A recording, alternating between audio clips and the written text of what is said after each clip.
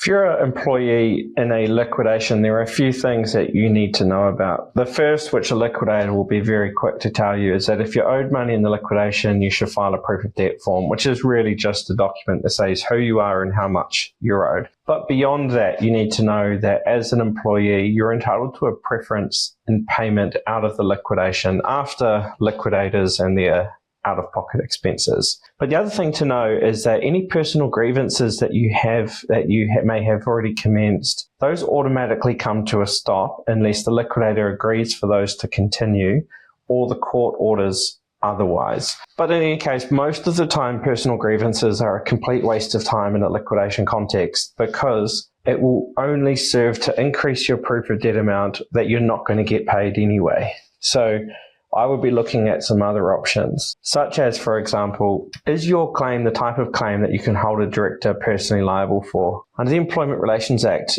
directors can be personally liable for non-payment of certain minimum entitlements like wages and holiday pay. So if your claim is of that type, I would be looking to hold the director personally liable. But there are other ways also under the Companies Act that directors can be liable personally for those types of debts, particularly if they breach their duties. And then the final question that I would be asking myself, even though you have these options, is the director someone who is worth pursuing? If they're on their way to bankruptcy, then it's just a waste of time and effort, and you should just file your proof of debt and find a new job and move on.